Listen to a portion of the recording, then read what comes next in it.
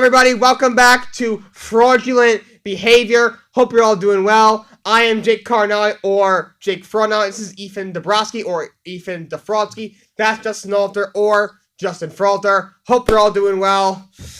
Guys, let's talk about some frauds. Yeah, who's your frauds of the week? Let's hear it. My frauds of the week? Well, I say frauds because it's plural, because it's a whole team, and that is the New York Mets. You stole my fraud of the week. I apologize, but what the heck was that? DeGrom and Scherzer back-to-back. All you have to do is win one game. One! And you win the division, because you ain't, because the Nationals ain't winning the game. They have 55 wins. I didn't know that was possible until I watched the Orioles a couple years ago. I mean, come on. That's ridiculous. Max, you're my fraud of the week. Come on, man. Yeah, the New York Mids obviously up there as a fraud of the week choice. Gonna be very fun watching them wash out of the first round.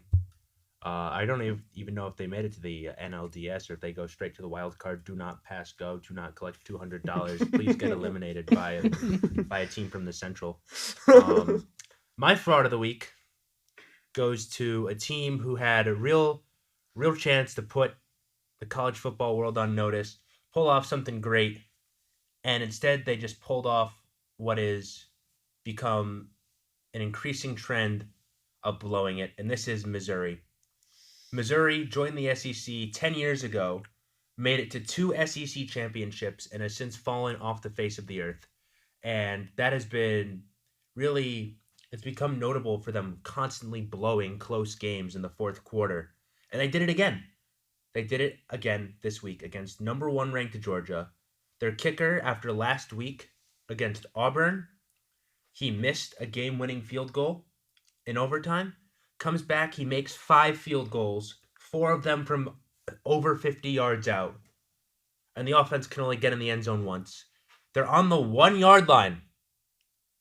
1-yard line, first and goal. That becomes third and goal, and they get a false start, sending them back several yards, and they have to kick another field goal. Lo and behold, shooting yourself in the foot against the number 1 ranked team in the country is typically not a winning strategy. And so Missouri, fraud of the week, at home, blows it in what could have been a program-defining moment and a career-defining moment for head coach Eli Dinkwitz, who has become synonymous with losing. My fraud of the week, that's a good one. You guys have good ones. So my frauds of the week are, no surprise, the Denver Broncos. For having a 2-2 season currently, you lose to the 0-3 Raiders, and you lose to the Seahawks, and then you barely beat the who they played, the Texans. Like, it's just not an impressive look. On paper, this team should be blowing out some of these teams. When you have guys like Jerry Jeudy, Melvin Gordon, Russell Wilson, and then your defense is Patrick Surtain, how are you losing? It's just a really bad look for them. Let me just tell you guys a quick thing. The Denver Broncos currently have the same record as the New York Jets, and they have a lower record than the Giants. And their competition has been arguably equal to what the Giants have had. Yeah. So, Broncos, you are my fraud of the week. Russell Wilson, tell me who you're going to blame for this. I need a press conference from you about this on Instagram stat in like a week to tell me whose fault it is that you're my fraud of the week. Please tell me. So, let's get started. We have a few things to talk about. Let's first dive more into the New York Mets, who they did beat the Nationals yesterday. No surprise. I hope they did, considering they're probably one of the worst. They've probably had one of the worst baseball years I've ever seen. But that series of against the Braves, they didn't win a single game. And this was a big thing for playoff position, certainly. So, Jake, I know you're the big Met fan here. I know you made them your fraud of the week. Do you want to go deeper into it? Let's go deeper. Yeah, so the Mets heading into this year, they had a 1-game lead on the Braves for the National League East. They had a 1-game lead. 1. That means they had 3 games against the Braves. At the time, they had a tiebreaker. So if they swept the Braves, they would have had a 4-game lead with 3 games to go. They would have won the division. It would have been over. The 3 games against Washington would not have mattered. If they took 2 out of 3, which they should have done. Good teams take care of business when they have to. That would have given them a 2-game lead. Their management would have been 1, meaning if they won 1 of the games against the worst team in baseball out of 3, or if the Braves lost 1 game in the 3 against the Marlins, they would have won the division. And the Braves lost the first game of the division, so whether or not the Mets even won the doubleheader yesterday, the division at this point would have been over. Even if they won 1 game out of 3, they would have been tied for the division heading in with 3 games to go.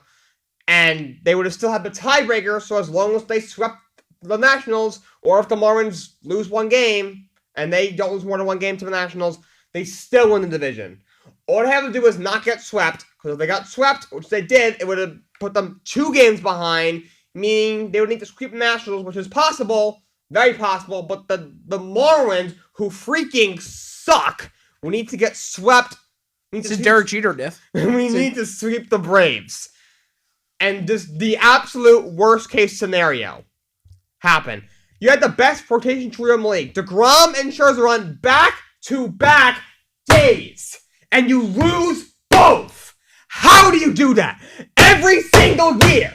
I am tired. Every single year. Every year this happens. It usually happens in the summer, though. It happens in the summer. Summer, fall, a new season. Come up with a new season. It'll still happen.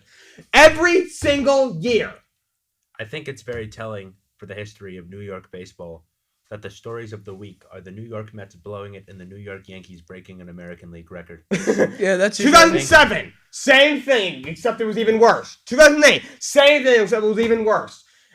And then we finally get something going. We go to the World Series in 2015. 2016, despite our entire team being injured, still went to the playoffs. Since then, we went through nothing, a ton of tough time. We finally get good. And then you're up 10.5 games in June. I'm not going to put all that on the Mets because they're going to have 100 to 101 wins. The Braves have the second best record for the Dodgers, who have 110 wins already since June. And the biggest series of the year, they played well against the Braves all year. The only series they lost to the Braves because they split one against them in May, and then they lost 2 out of 3 when they had a bunch of injuries. When Carrasco and I think Walk came out in the 3rd inning, so I won't completely knock them for that. They lost 3 out of 4 that series. You get swept. How do you get swept? Unbelievable. Kudos to the Braves. They're a great team. They whipped their ass. They were the better team. But come on, just win 1. All I'm asking for. Every year of this Mets. This franchise is cursed. Luis Guillorme. Guillorme, yeah. All of them are mid. DeGrom mid, Scherz mid, Guillorme mid, you name it. Alonso mid. Alonso's mid. Is that what you're telling me? That series, they were all mid. I'm personally very excited to watch the Mets for 3 games until they wash out in the wild card against. I don't even know who they're going to play the Padres. Now, the thing is, the Padres, they could beat the Padres. My only concern, as I was talking about this with Jake earlier, is that they have Joe Musgrove. And outside of that, there's not really much to worry about. I'm not saying that the Mets will lose the series, but what I am certainly saying is that if they are going to lose a game in that series, it's going to be against Joe Musgrove. You see, the Mets could be facing a Little League team, and if it's an important game, they'll find a way to lose it. That's true. But that's just the New York team thing in general, right? But the most telling thing in general, but the best thing in general would be this: if they lost to the Braves in the playoffs, like they did against the Knicks, like the Knicks did when they lost to an Atlanta team. Because somehow the Atlanta team just walks straight in and just beats everybody. That's how it works. Look. The Mets have had a great year.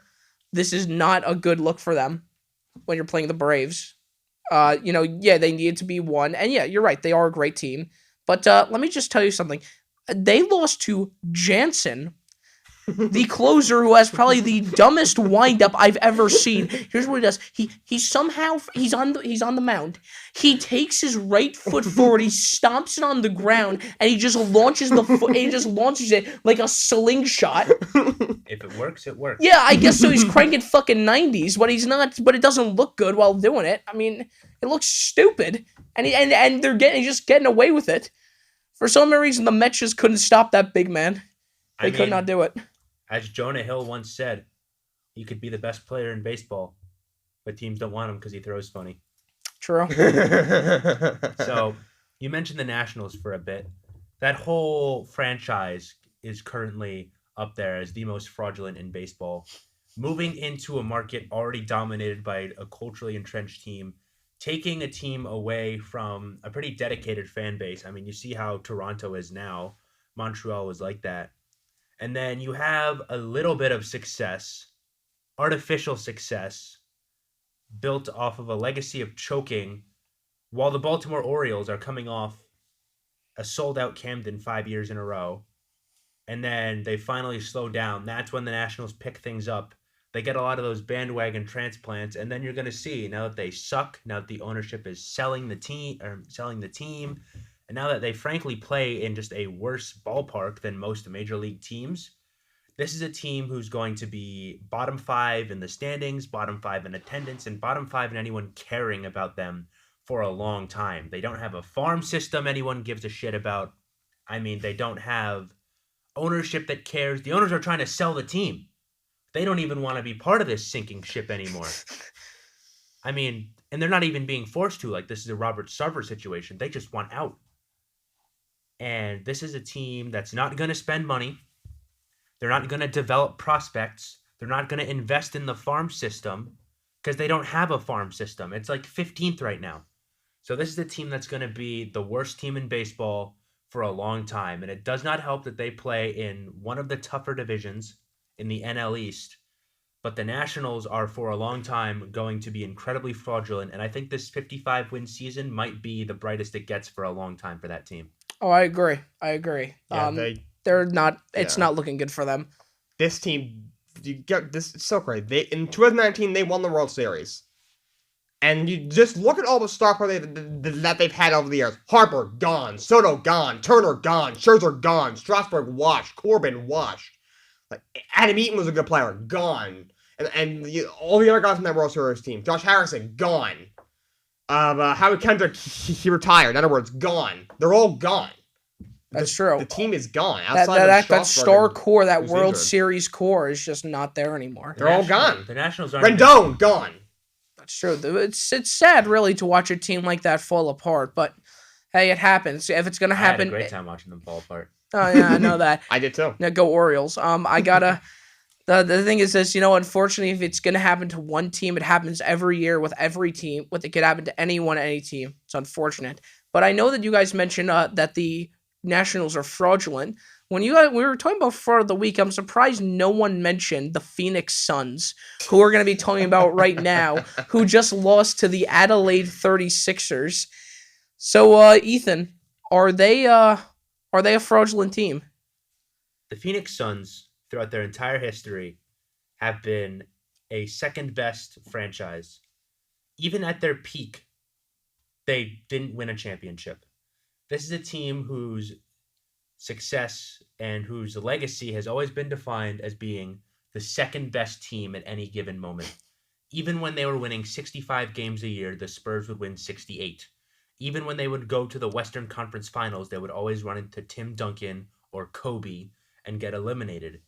They didn't even make the finals during the 7 seconds or less era. They couldn't get past the Spurs, who were the most reviled team in the mid-2000s because, quite frankly, people thought they were slow and boring, and the Suns were this flashy, exciting team who people wanted to succeed. They had likable stars like Steve Nash, who people got behind, and they played an innovative style of basketball that has modernized and played a huge role in how basketball is played today. But they always play this role, always the bridesmaid and never the bride. And we saw that again when they lost in the NBA Finals to the Bucks. They looked okay. You gotta say it like that. Why you gotta say it like that? Oh, the bridesmaid, never the bride. Why you gotta... Seriously, why you... Slander hour. It's Sun Slander hour. I know it's Sun Slander hour, but, like... What the fuck does that mean? Like... It means that they suck, and they're gonna continue to suck. And what they will do I don't think a bridesmaid sucks, though. I'm not necessarily sure if they suck. They're always playing second fiddle to someone else. And we saw it this year in the playoffs. It was their chance to go back. That was probably their last chance to win a title with that core, because Chris Paul is old. I mean, Devin Booker is Devin Booker. He's going to post, like, cheesy Instagram stories following blowout losses. And DeAndre Ayton is very unhappy with his role, and he was prepared to go to the Indiana Pacers. Indiana! It's a flyover state. A man was literally willing to move to Indianapolis, Indiana, instead of playing for the Phoenix Suns. If that's not a reflection on your franchise, that a man who was willing to move to a state whose biggest export is car tires, That's true. Good year. like, that is a reflection on your franchise. And you piss off your star player by forcing him to stay as a restricted free agent. You can trade him in December, but who wants him? They know that he's going to demand out, or... I mean, he looks good. He looked good. He was the only solid player in that game against the 36ers. And I think that's a huge indictment on Monty Williams and the entire Suns offense. I mean, it's like Chris Paul taking that huge three-pointer to cut the Dallas lead to only 42 points. It was a big 3-point shot. It was a really big three. It really stepped the momentum forward. Really stepped the momentum forward from the 45 to 42. That's 25 to 42. And this is not a top-level European team like the championship Spurs struggled with a few years ago, or when the 20-win Brooklyn Nets struggled against the reigning European champion CSKA Moscow. This is a team that won 10 games in the NBL last year. They made the Ball brothers look like top-level NBA prospects, like LiAngelo Ball. Like, all due respect to LiAngelo Ball and the Ball family, but LiAngelo, he's like the I have no redheaded respect for the stepchild. Ball family. I have no respect for them. LeVar Ball is a terrible human being. He is the Dumbass. exact example of what not to do as a parent. He Because got 2 of his sons in the league. yeah, he's got 2. Well, no, he's got 2 of his sons in the league. But the problem is that you take your sons, you hype them up so much, and you make it a part of your brand. Like Big I baller brand, bro. I know it's a big ball. I know it's a big baller brand, but the thing is, this LeVar Ball had no right going on to First Take and saying that Lonzo is going to be the next Magic Johnson.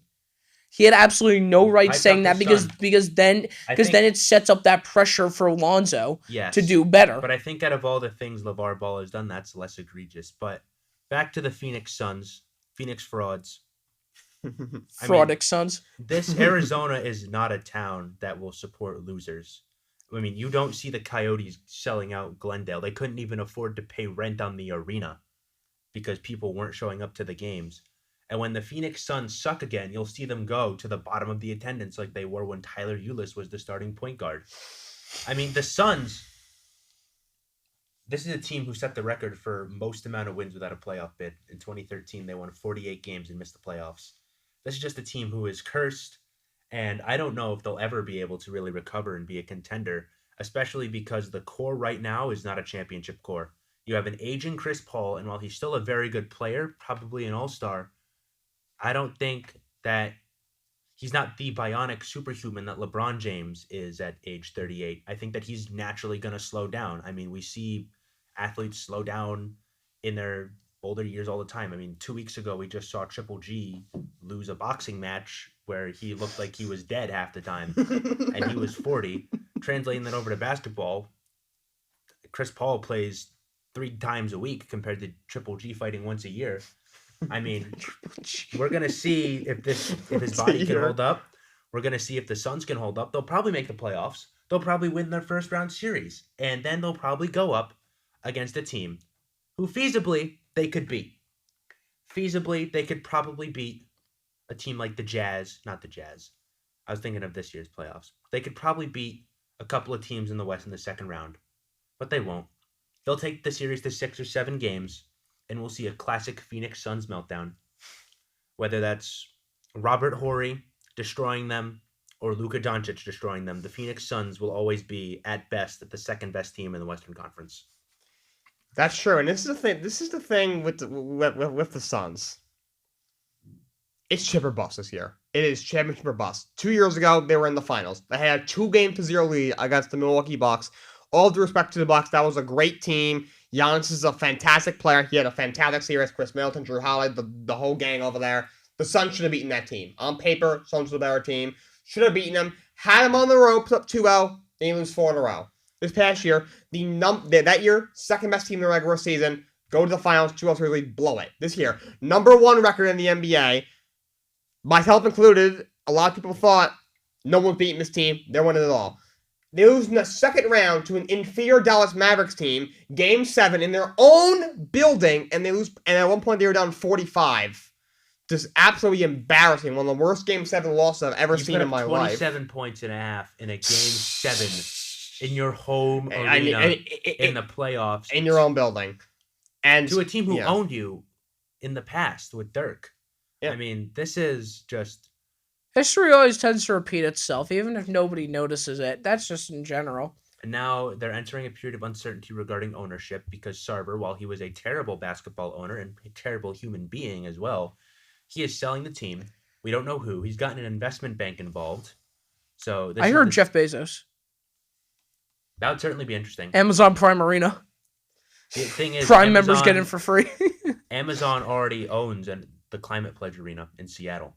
So if Bezos does get involved with the Suns, that's going to open up, whether they're factual or not, that's going to cause the distraction of Suns to Seattle rumors.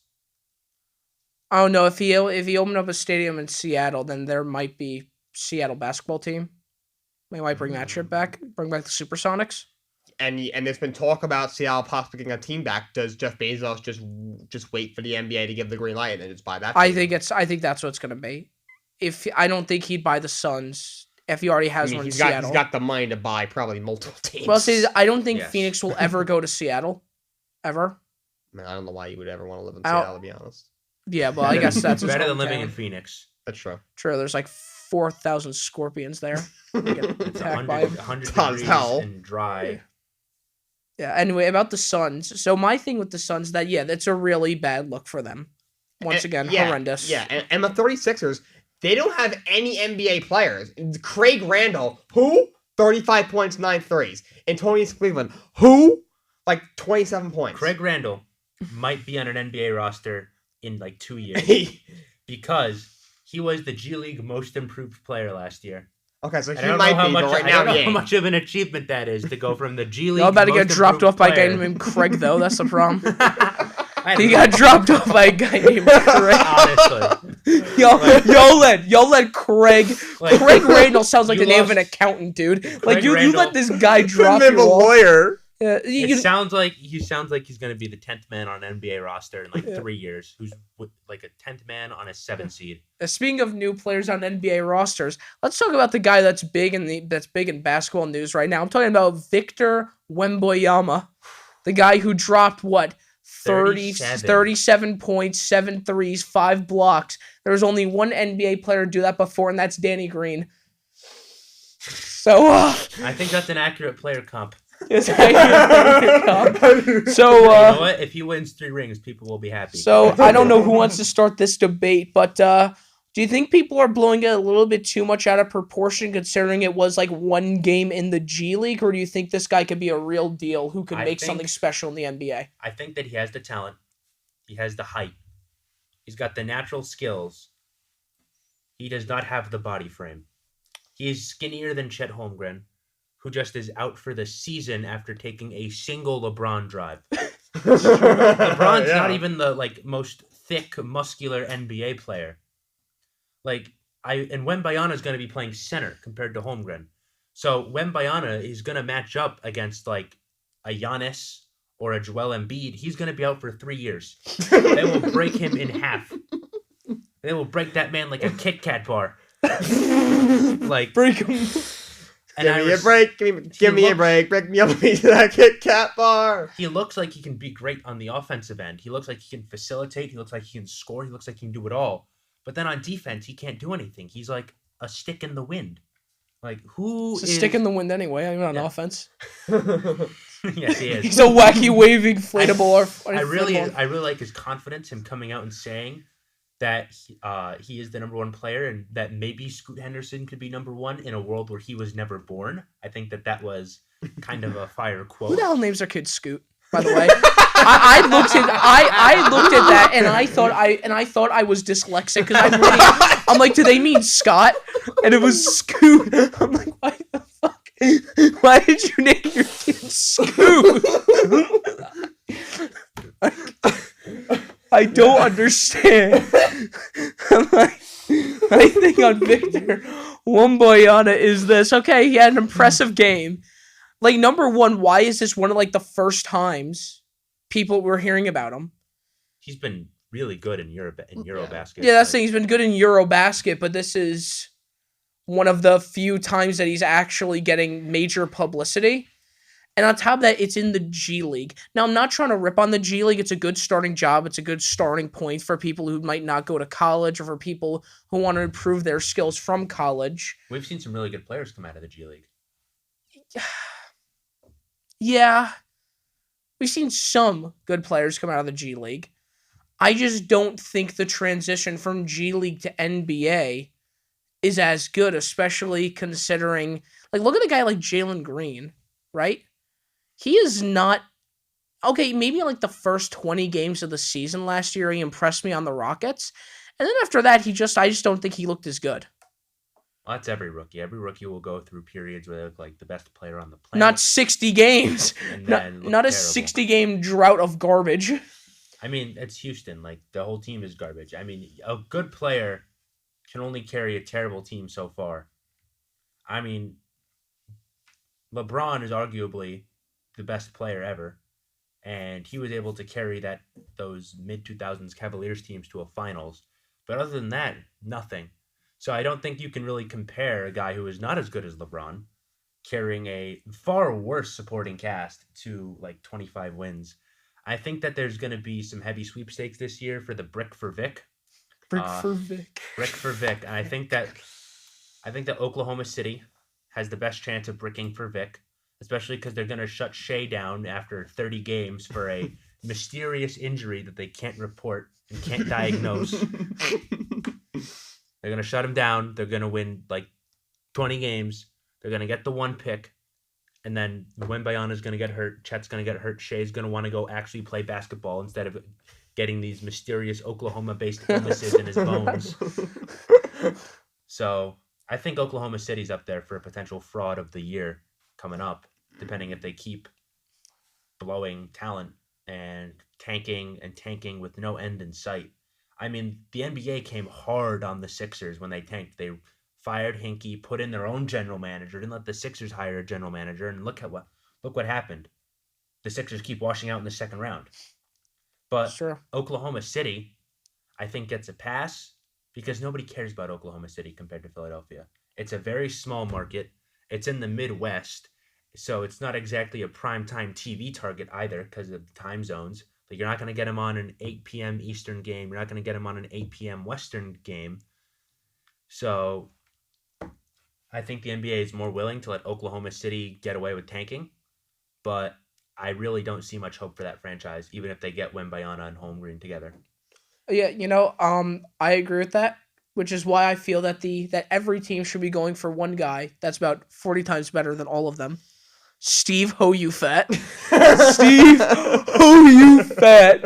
Imagine hearing Mike Breen say Ho You Fat for 3. Bang! Ho You Fat. Like that would be probably one of the greatest ever seen. I want a jersey of that immediately. I will spend the $350 or whatever the hell they're spending on that just so I can wear a Ho You Fat jersey. Yeah. But anyway, Ethan, you spoke about LeBron, so I have to ask something. I asked this in the Sports Media Club podcast. I didn't really get an answer, though. Aaron Judge yesterday hit 62 home runs, which is a big deal. But the real question is, we'll start with you, Jake. How does this affect LeBron's legacy? How does this affect LeBron James's legacy? I can't really answer that. Yes, you can. I mean, If Skip Bayless can, so can you. That's true. I guess I'll say that Aaron Judge has as many real records as LeBron does rings. Does real rings at 0, because Bonds is 73. I don't care that he did steroids. Everyone was doing steroids, so just saying. But I want to talk about Wembanyama for a minute. To be honest. What? Probably still doing steroids. He probably is. Going back to Wembanyama, I think he's extremely talented. I mean, he's 7'2", and he can handle the basketball like a point guard. He can shoot the 3. He can, he can take it to the hole better than most players. His post game is absolutely stupendous. So he's got the potential to be an absolutely outstanding player. If I have a number 1 pick right now, at least, I would definitely take him. And I do think he will be the number 1 pick. But it's so early. The draft's so far away, and you never know what can happen. And like you said, Justin, and I think both of you said it actually, he's very, very skinny. Reminds me of Chet, a guy who I think Chet had the highest ceiling of the top 3 guys. Him, Polo Banchero, and Jabari Smith. But I already think he went second, right? He went second. I think, and I think Orlando looked at his frame, just like, I don't know. I think they were a little bit off, and I guess the Thunder just thought, although he has a small frame, they thought the talent was too good to pass up, and maybe they weren't a fan of Jabari Smith. Who knows? But yeah, I think his frame could hurt him a bit. I know he seems like a very good shot blocker. That being said, he's 7'2". Yeah, he puts his hand up. Yeah, and he's blocked a shot. It's easy to block a shot when your hand can touch the rim. Yeah, so that's not that impressive. And like you said, even when he goes against Embiid, Giannis, LeBron, Jokic, he needs to hit the weight room. He does. He needs to, Chat, same thing, but he needs to hit the weight room. He needs to hit up the buffet. He needs to hit up 63s. hit up 63s. Absolutely demolish something at 63s. Get triple smash burger at Diaz from Cecil. Yeah, I don't understand why can I not get a quadruple smash burger from Cecil? Too powerful. It's a little too powerful. But the thing is, you can get 2 double smash burgers. I could go. That's spending way too much money. Then I don't want to spend that extra money on the double smash burgers. Because I'd be hungry again. Being someone who needs a double smash burger, Wembayana, I mean, he's very skinny. I really don't think. I think that this man. He needs a couple of shoe signatures on a wrap from Cecil. He does. He really needs a shoe signature. I think we all need a shoe signature. Honestly, I think Cecil. He could be the number 1 pick in the draft if he declared it right now. Yeah, exactly. If he all he needs to do is bring the shoe signature on a wrap to the combine, and all the scouts are gonna drop their pens and be like, "You, I want him." I mean, I really think he is him. I really think that Cecil has a better legacy than LeBron. Just like Aaron Judge, he has 0 rings. I mean, look at LeBron. How many rings does he have? How many rings could Cecil win with the shoe signature? Probably 50. Exactly. Yeah, I think Cecil, at least.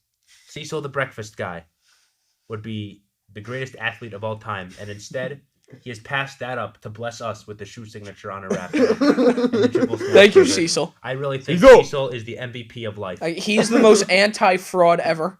He is the first ever anti-fraud. He's the purest of all. The greatest of all time, followed by Reggie.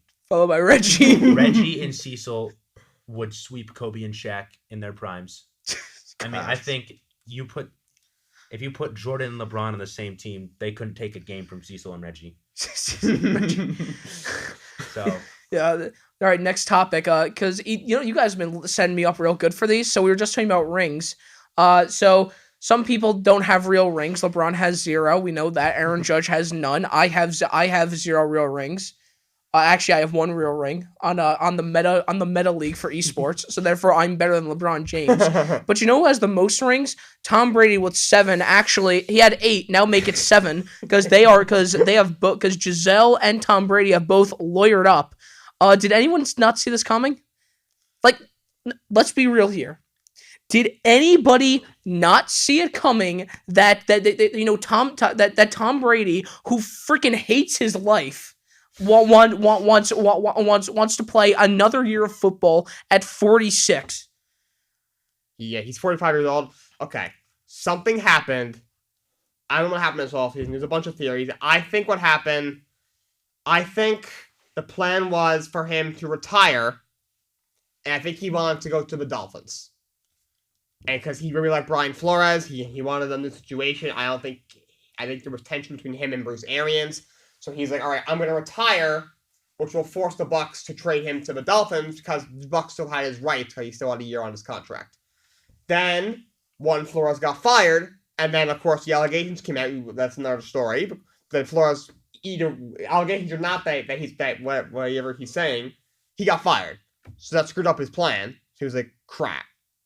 So then he was like, what do I do. And he was like, I guess I'll go back to the Bucks. I guess I'll go play for the Bucks. I think that's what happened.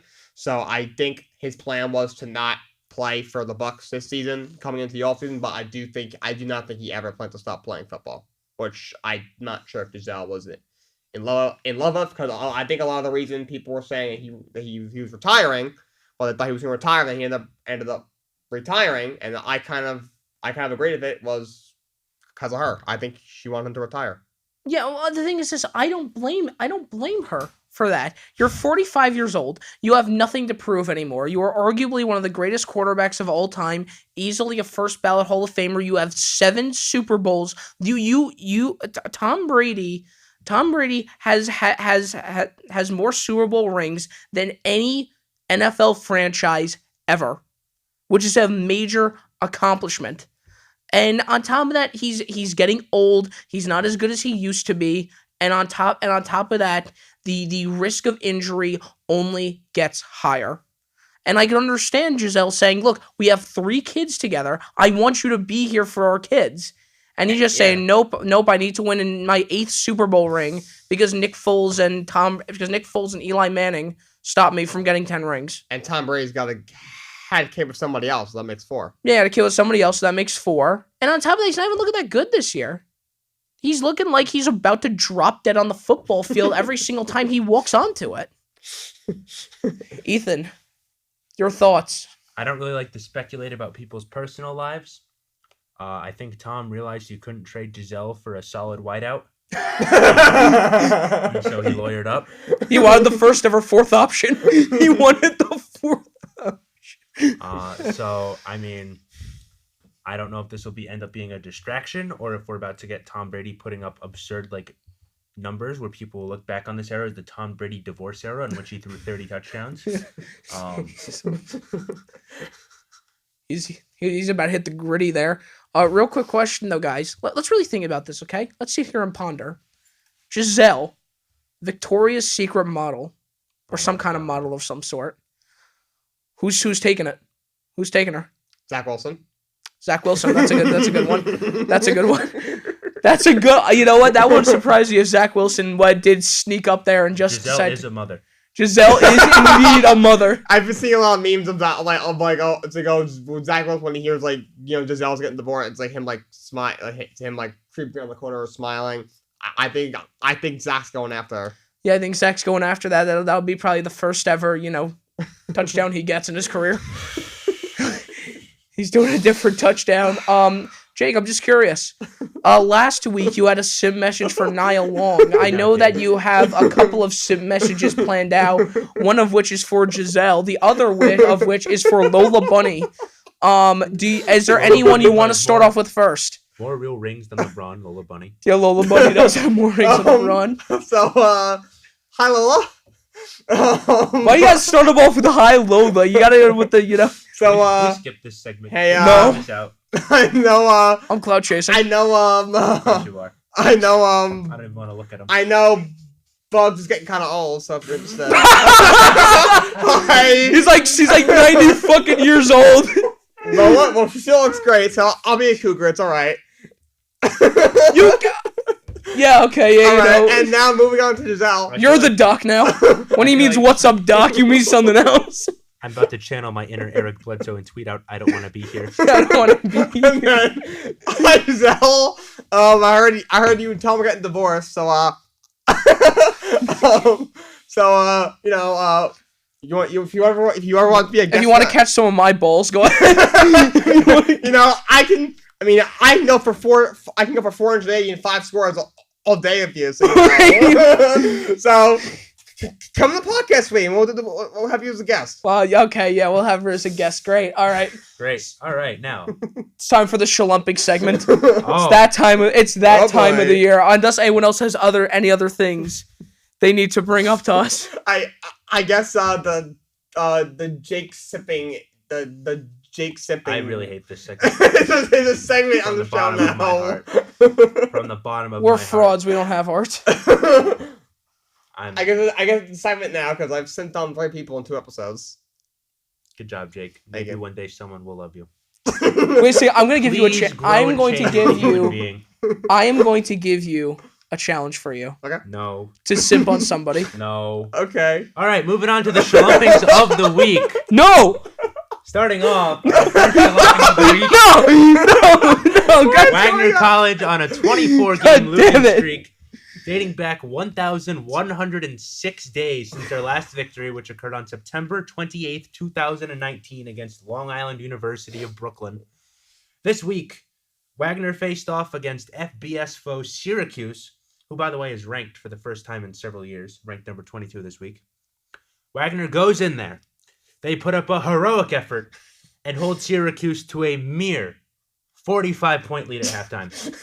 Halftime, Jesus. It is so bad that Syracuse and Wagner agree to shorten the second half to 10-minute quarters with a running clock. So Syracuse, who is predicted to win 48-0, the line was 48.5 in favor of Syracuse, despite only playing a little bit over half of a football game. It was 50 minutes. Yeah, 50 minutes. They put up 59 points on Wagner. 59-0. Wagner still winless in the last 3 years. Have not won since the turn of the decade. Have not won since September 28th of 2019. That is 3 years. 3 years since their last win. They might win a game this year. They play Stonehill. Or at least that's what I thought until Stonehill turned around and took out a potential fraud of the week contender in Duquesne. Duquesne had some FCS playoffs aspirations. They were looking to get over the hump of being the Phoenix Suns of the NEC, always losing. They come in second place. And then they turn around. They lose to Stonehill. So just for the record, since the 2019 season, Wagner and Stonehill have the same amount of NEC wins. Stonehill has played one game in the NEC. They have tied Wagner for NEC wins. They have more NEC wins since 2020 than Wagner. And they spent the first 2 years of it in the NE10. I didn't know that was a thing. I forgot Wagner had a football team. It's very easy to. I actually forgot Syracuse had a football team. I mostly know them for their lax. And their Syracuse basketball. football. And their overrated sports communication program. True. True. Bob Costas my ass, bro. True. Our second shalumping of the week. This is a team who skipped Fraud Watch, goes entirely to Fraud Level 5.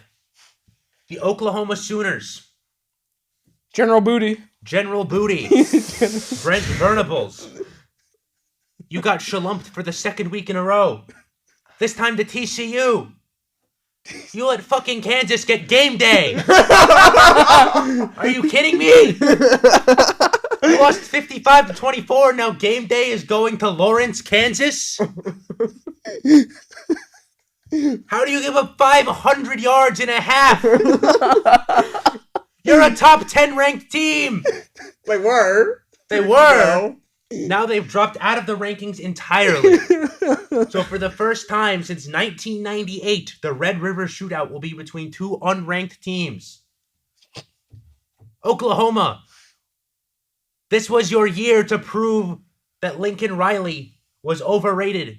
He took a bunch of your star players. He pissed off your fan base. He made a really shitty looking brisket. That's true. This was your year to prove that you had something else in the tank. You made a huge splash hire. You took Brent Venables from Clemson, where he won 3 national championships. His son was on Clemson's team. You took a man away from his child. And you lost by 31 to Texas Christian University. You are moving to the SEC. General Booty also got a... You are going to get annihilated by Alabama. It's not going to be pretty. You have to turn it around. You were favored to win this game by 7. You lost by 31. You gave up 500 yards in the first half. Oklahoma, you are a fraud of the week. You are a shalumping victim of the week. It was very bad for you. Our next shalumping is excusable. Eastern Washington, they play on a red field at Sacred Hearts level. They have a smaller athletic budget than we do, and we're in the Northeastern Conference. It's true. They have a D2 level budget. It's excusable if they go to Florida in a game delayed by a day and they lose. They looked more competitive against Florida than Oklahoma did against TCU. I mean, 52-17 on a Sunday in 100-degree weather after a hurricane, so it's humid. Players are cramping on the field, getting injured from walking. And you still put up a more competitive performance than the Oklahoma Sooners. Like, They need to bring back Justin Fields. They do. Rutgers and Ohio State, that went about as well as you can expect a Rutgers football game to go against Ohio State. Don't even tell me that. Rutgers, I mean, you look competitive. You finally moved on from the Chris Ash disaster. He was garbage. But, like, you have hope. But, I mean, hope won't get you so far against probably the number 2 team in the country. So, any thoughts on our shalumpings of the week? What was the score of that game? 49-10. Which is still more competitive and less points than Oklahoma gave up. As a New Jerseyan, a part of me dies every time I hear that. Those are some pretty good shalumpings. Honorary shalumping of the week goes to the Mets for blowing a series. That's true. That does. I think that counts. But now it's time for Who's on Fraud Watch. Everyone knows the rules. Jake, you want to explain the rules one more time to the people? Yes. Just because it's only the second episode. Yeah, in the first one we lost like half of the thing. 65% of it, yeah. Fraud Watch, they have not been exposed, but they're almost there. They are underperforming. Something's going on. They haven't been exposed yet, but keep an eye out. Next week, they could be exposed. They might be off Fraud Watch. They might still be on Fraud Watch. We'll see. So they're close to being exposed, but haven't quite been exposed yet, but they're like teetering. So that's what it means to be on Fraud Watch. Who is on Fraud Watch? For me, on Fraud Watch is you know what? It is all the people who give out all this money to these college football coaches. Yes. We had another college football coach get fired with a $16.5 million buyout. Paul Christ at Wisconsin. And they're willing to fire him for nothing because now they have that Big Ten media deal incoming. That's like a drop in the bucket for them because they're about to make $95 million per year for 6 home football games. I mean, it's college football teams can't afford to be bad anymore. And so college football jobs are probably the best in the world because now all you do is just get paid to be fired. Yes. Scott Frost got paid like $15 million to sit on his ass. Now Paul Christ is getting paid a couple million to sit on his ass. See, the difference is Paul Christ is actually a good football coach. He won 9 games almost every season. He went to 3 Big Ten championships. Yeah. Scott Frost, who's been going on a rebuild for 5 years, only to be disappointing every single year. My Fraud Watch is actually a man who might be Paul Christ's replacement. That is Kansas and coach Lance Leipold. They're undefeated right now. They have college game day, but they have to face TCU, who is coming in as a top 10 team now after shalumping Oklahoma. Kansas is 5-0 for the first time since 2007 when they won the Orange Bowl. However, it's a very weak 5-0. West Virginia is bad. You beat West Virginia in overtime. You beat Tennessee Tech. Congratulations, that's an FCS team with 25 less scholarships than you. You beat Duke. I mean, who cares about Duke football? So you beat Houston. Houston's a good win for Kansas. I will admit that. I think that Kansas has life. Lance Leipold is now circling rumors that he might go to Wisconsin because of ties there because he coached at Wisconsin Whitewater for a long time. But I think this week it gets bad for Kansas. I think they're on Fraud Watch. I think this is the week where they get exposed as fraudulent. They're not my only college football fraud team. I think USC, they're not on Fraud Watch yet. They don't play Utah for another week. But I think that USC has had a cupcake schedule, and they've still struggled. Cupcake schedule. They almost got exposed by Oregon State on a game that was locked behind the Pac-12 network, so all 10 Pac-12 members could watch it. Pac-12 network enthusiasts. You gave up 25 to an Arizona State team without a head coach who lost to Eastern Michigan. I think that this is a very shaky team, and they're top 5 right now. They're ranked 5th in the country. They came in with preseason hype. They're going to get ranked in the first college football playoff rankings. I think that they're going to get a huge push because they have the huge brand. They're in Los Angeles, and they're going to get exposed as fraudulent in about 3 weeks. That's interesting. USC, they have looked good. Lincoln Riley and Caleb Williams' experiment has worked so far. Like you said, they haven't exactly played the greatest teams. And with Kansas, first of all, what's the coach's name again? Lance Leipold. Lance Leipold. I think he'll definitely get a. I think he could go somewhere else, maybe get a big deal because remember, this is a program that for years has been garbage.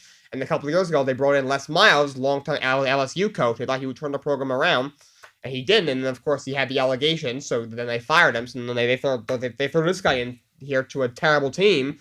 Who that Les Miles, who won, I believe, won the national championship at LSU, right? Yes. He couldn't even turn it around, and he's. To be fair, there's been a wheel of random coaches who won it. And he's at least making an attempt. They're 5-0. It's not the most impressive 5-0, but it's 5-0 at Kansas. It's true. 5-0 is 5 wins and 0 losses. I almost feel bad putting Kansas on fraud watch, but I was rooting for them for a long time.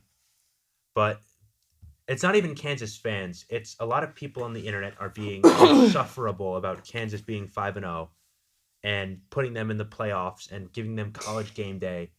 And honestly, no disrespect to Kansas fans because they're the only reasonable people out there. But a lot of non-Kansas neutral fans who are now pulling for Kansas as this bandwagon meme team are really obnoxious. And I want to see them get knocked down a peg as a normal college football team. I agree.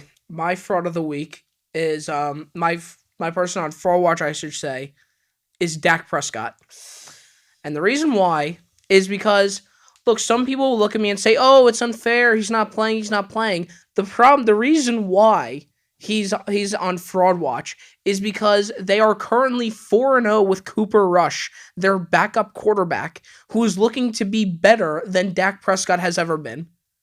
So it's a really, I don't know, it's not looking good for Dak Prescott at all. And he's supposed to come back, this week or next week or something? Possibly. And if he comes back and he does not perform well, he's going to be a fraud of the week. Because people look at some of these backup quarterbacks, they sleep on them sometimes, and Cooper Rush has proven that you could be a backup and still perform well. I mean, look at Ryan Fitzpatrick in Miami. Yeah, Ryan Fitzpatrick, another one. Another great example. Look at all the people that stepped in when Tyrod Taylor got injured. Like Justin Herbert. But anyway, now time for our final segment. What are the mid-offs this week and what are the bangers? Right. Do we have any bangers this week? Let's first start off with that. Any bangers? We actually do have a banger. And baseball playoffs aren't starting yet. NBA is in the preseason. NHL is in the preseason. So this weekend, it's all college football and the NFL, I guess, if you prefer inferior football. You see, a bad NFL game is a bad football game, but a bad college football game can be glorious. Or gloriously terrible. So we actually do have a potential banger as number 9 in composite. This isn't... I don't have the AP or coaches poll off the top of my head, but Tennessee's coming in at number 9 in composite, facing off against LSU, who after a rough start on a missed extra point to cost them a game against Florida State week 1, they've rebounded to 4-0. They beat Auburn in the annual coin flip chaos game of the year. And that was a normal-looking 21-17, but if you put Auburn and LSU together, that will always end up being a weird game. There were pick sixes, there were turnovers, there were just anything you can imagine, the stupidest way to lose a football game. It's an Auburn game in Jordan Hare against LSU. And that happened last week. TCU is looking to continue their reign of terror. They might honestly start the season 6-0, which I think would be very cool for a program that for a long time was in the shadow of Texas and Texas A&M. Kansas State, they're not a meme team. They're actually good. They're playing Iowa State this week. They're probably going to win. So apparently the key to winning in the Big 12 is to wear purple. Yeah, I do like purple. I am a purple enjoyer. That's what we should. We should just wear purple. I have a potential shalumping of the week as Ohio State is going to absolutely annihilate Michigan State. Like, no disrespect to Michigan State, but your pass defense couldn't stop a wet paper towel. I mean, that's always been a weakness. I think that Mel Tucker owes Kenneth Walker III at least 10% of his $95 million contract for getting him that. But on to our mid-offs. Mid-off. I got Broncos Colts as one of them. That's a big one. That's a very big mid. That's a big mid-off. But introducing first, the away team out of Akron, Ohio. Their signature item is a pencil on the sideline that they give out like the turnover chain, but it's 6 feet long. Coming in with a record of 1 win over St. Francis of Pennsylvania in overtime and 4 losses. They are the 130th ranked college football team in America. Woo! The Akron. The Akron. And they're LeBron's going to be at that game. They might. I can't even remember. Akron Zips, that's their mascot. It's a kangaroo. Zips. Their opponent coming in ranked 112th, Whoa. representing also the state of Ohio. It's Ohio. University of Ohio. Akron, Ohio. Mid-off. San Diego State plays who might be the worst college football team in Division I, Hawaii. This is a team they beat Duquesne. But to be fair, so did everyone else. And all of their top talent left. They had a huge coaching turnover. They don't have a real stadium right now. They're playing in a high school stadium. They're going to get shalumped at like midnight Eastern Standard Time. So no one's going to see it by Although San we Diego have to State. specify the Eastern Standard Time. It's going to be watching a 3 a.m. game. Now, for the first time in nearly 6 years, the University of Connecticut is favored to win against the Division I FBS opponent. Who? Florida International, former Frauds of the Week. UConn and FIU is the official Ethan DeFraudski mid-off of the week. I got to my friend who goes to UConn. I mentioned, I'm not sure if we got it in the recording, but I mentioned that like their team. I keep forgetting to tell them like, dude, your football team is so bad. Now they might won. actually win. They won a game. Won. They beat Fresno State. Wow. Fresno State beat them by 40 last year. They turned around. Jim Mora Jr., apparently like a football god for getting UConn to a second win in a season. They have a genuine chance to win 4 football games, which is more than an entire graduating class got to witness from 2018 to 2021. All right. Well, that's going to do it for us today. Thank you, Ethan, for the mid-offs You're and the welcome. bangers. But before we go, Jake, I need you to give a sim message to No. Breezy for me. No. To Breezy. Who's Breezy? No, what's his name? The fucking Rangers player don't- that Callie likes. Jimmy We don't need to Beasy. do Jimmy Beasy. We don't need to do Okay, this. I'm All not right, gonna everyone. sip on Jimmy Beasy. Yes, you are. So- That's Alright, a challenge. calm down. For All right. fraudulent behavior, my name is Ethan Browski. No, We'll we're see not you next going time. anywhere. Hold on. I'm not gonna simp on because I don't swing that way.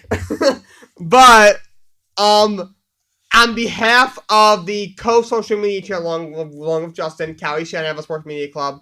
Hi Jimmy, you suck. Callie likes you. The end. All right, well, that's going to do it for us for fraudulent behavior. I have been Justin Alter, a.k.a. Justin Fraudter, the king of frauds, Big Fraudy.